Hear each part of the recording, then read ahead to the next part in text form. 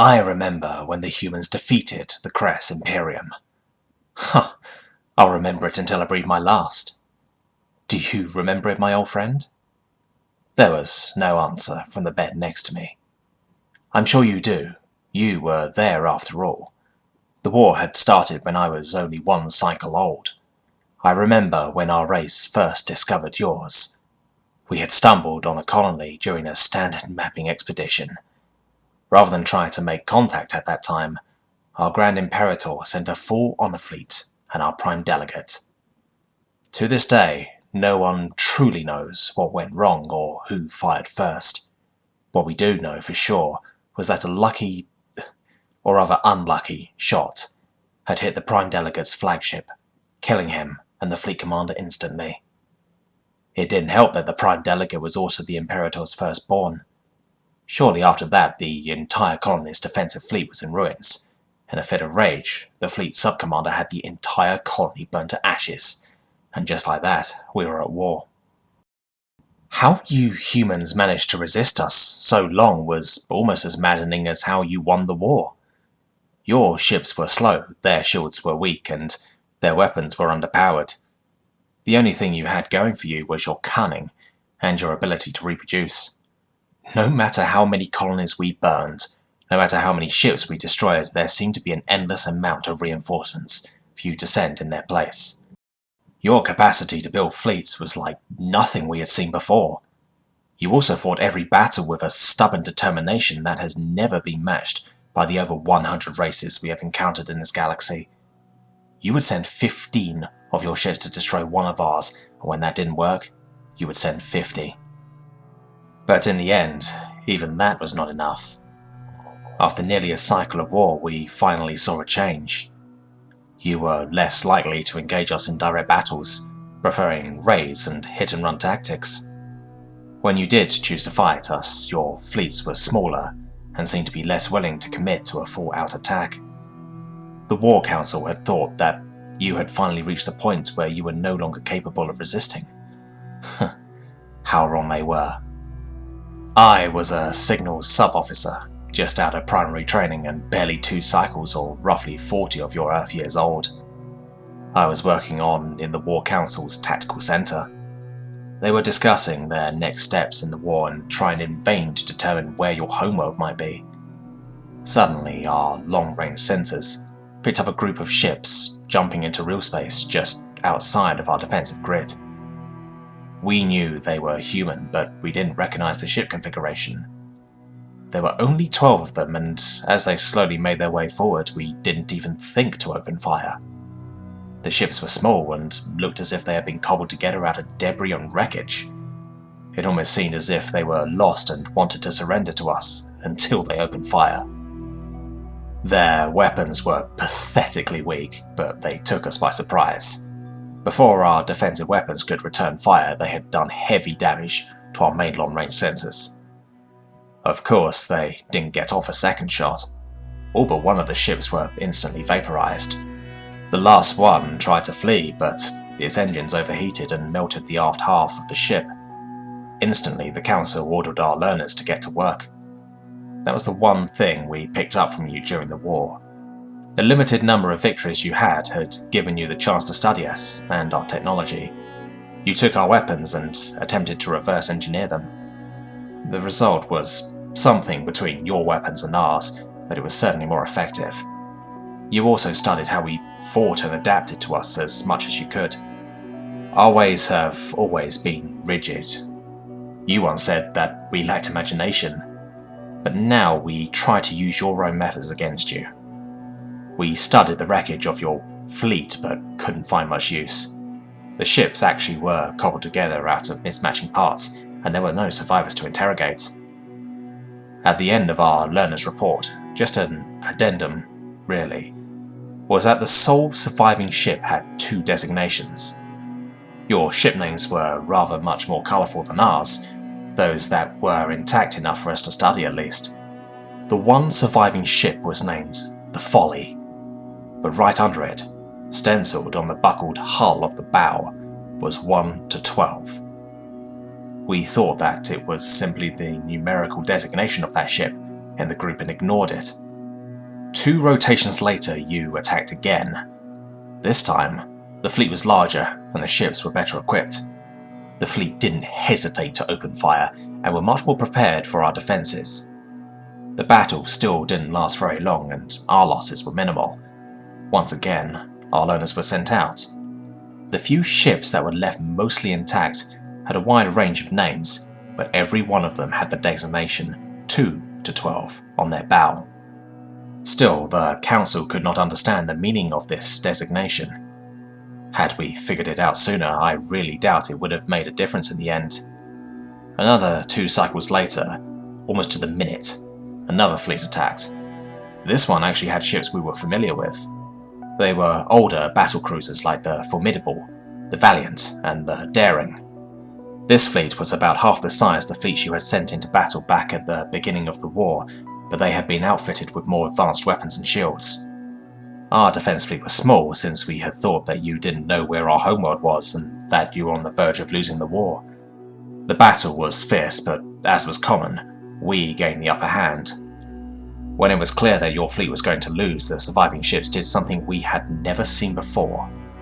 Rather than fleeing or fighting to the death, the last ships intentionally rammed the nearest Cressian ship. When the battle was over, your entire fleet, some 70 ships, was gone. We had lost 3 warships and over a dozen were critically damaged. It was one of the costliest battles we had ever fought. As our repair crews were sent out to assess the damage, our learners noted on the recordings that every ship in the fleet that we could get a clear view on had the designation 3 of 12 on their bow. Finally, the Council realised what that meant. They thought that surely the humans didn't have the ability to field 9 more fleets like the one they had just sent, but at their suggestion, the Imperator recalled a reserve fleet and sent out several attack groups to search our home sector for more humans. Like clockwork, he would send a fleet to attack us every 2 cycles. Each fleet was larger and stronger than the last, and the names became more hostile to match the growing ferocity of your attacks. We witnessed the destruction of ships like the Vengeance and the Retaliation, and as each fleet was down to its last ships, they would ram into ours or intentionally detonate their phase drives in order to cause as much damage as possible.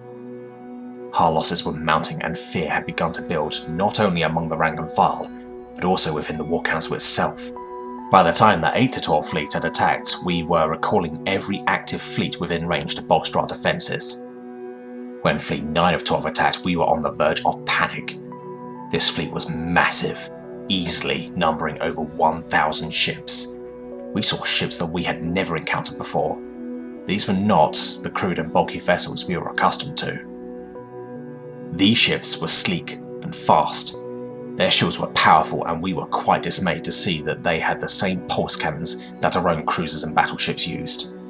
By then, our entire fleet was clustered around our home world, so we still won the battle, but not before several of your ships broke through our lines and began to bombard our planet.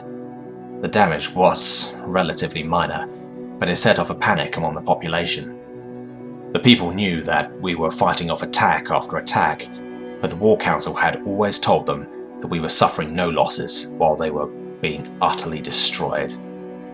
Now everyone knew that the humans were not giving up on the war, but were willing to sacrifice much to destroy us.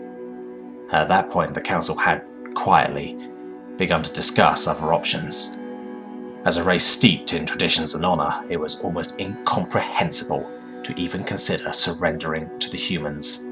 But the loss of civilian life, and the fact that each fleet we faced was becoming more and more powerful, was giving us cause to talk. We knew that there were at least 3 more fleets ready to attack us, and if they continued to grow in size and strength, we might not be able to win. And we knew that losing would mean the death of countless of Cressians. After all the death and destruction we had visited upon your people, we knew that our fate would be sealed if we could not end the war on terms. Right on time, 2 rotations later, Fleet 10 of 12 jumped into our system. There were only 4 ships, but they were big. No, big doesn't quite describe them. They were massive, bigger than massive. The best measurement we could get was over 5 Krent, or nearly 3 of your kilometers long, almost 4 times the size of our largest war cruiser. Every open space of these ships was studded with large pulse cannons and missile tubes. They came screaming right into the heart of our fleet. For once we knew how you must have felt.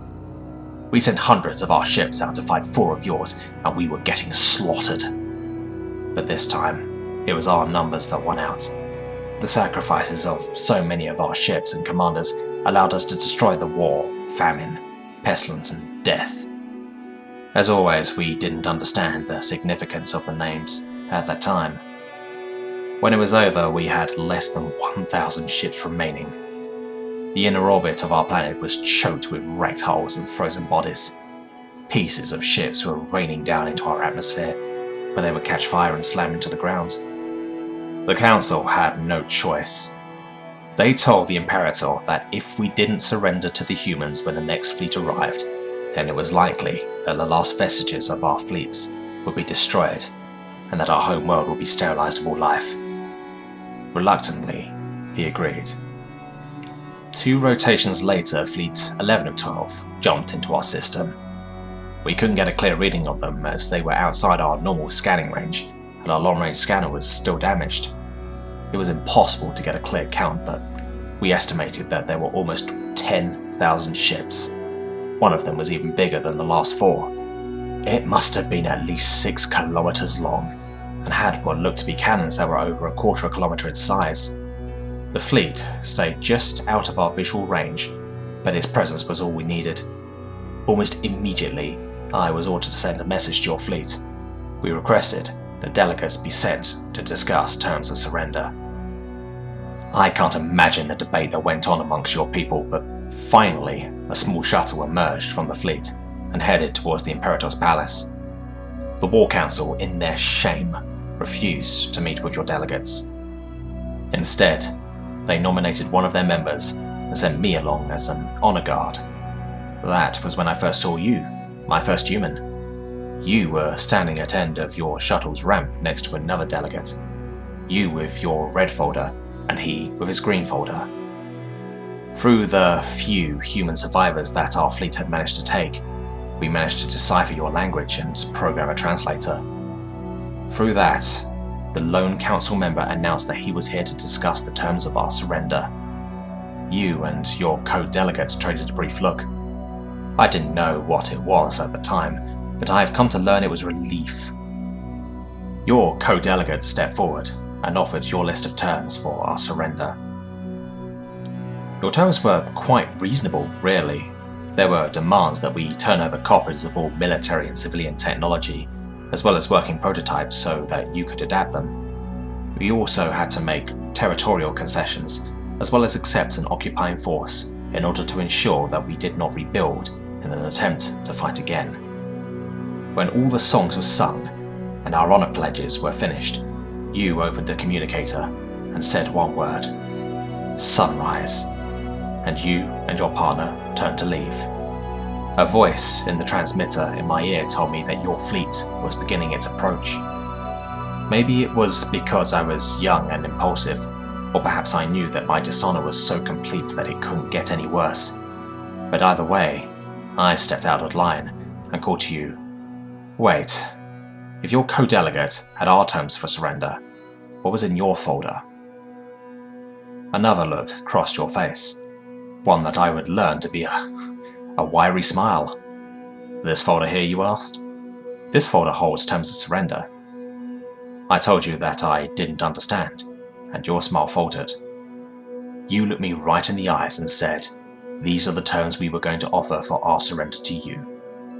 When your fleet arrived in orbit, I finally understood. The ships were in bad shape. They were falling apart and looked just like the first fleet that had attacked us.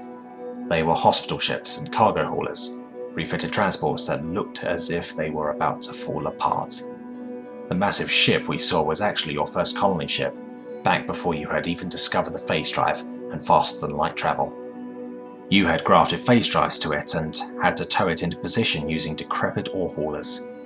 Our occupiers were disheveled civilians that looked half-starved.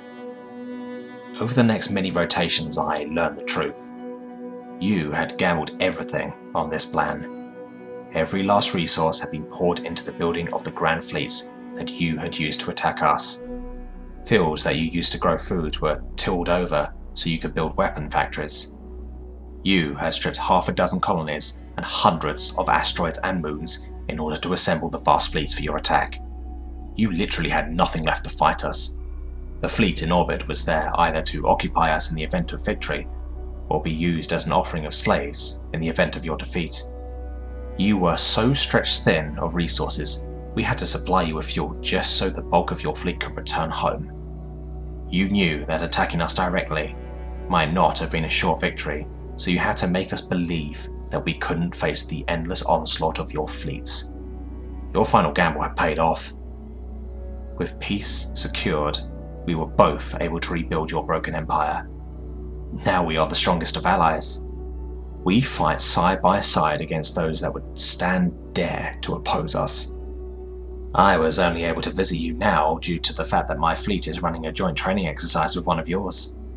That is why I'm here now, and there is something I must ask you. I didn't realize at the time because there was so much to do, and I haven't been able to see you in the 4 cycles since the peace treaty was ratified. But now that you're here, I must know. The last fleet we encountered during the final battles was designated 11 of 12. You must tell me, as I've never been able to figure it out. What was the 12th fleet? What was 12 of 12? With that, the frail old man in the hospital bed looked over to the Crest fleet commander standing before him. A wiry smile stretched across his weathered and pale face. "Perhaps," he whispered, "that is best left to the imagination."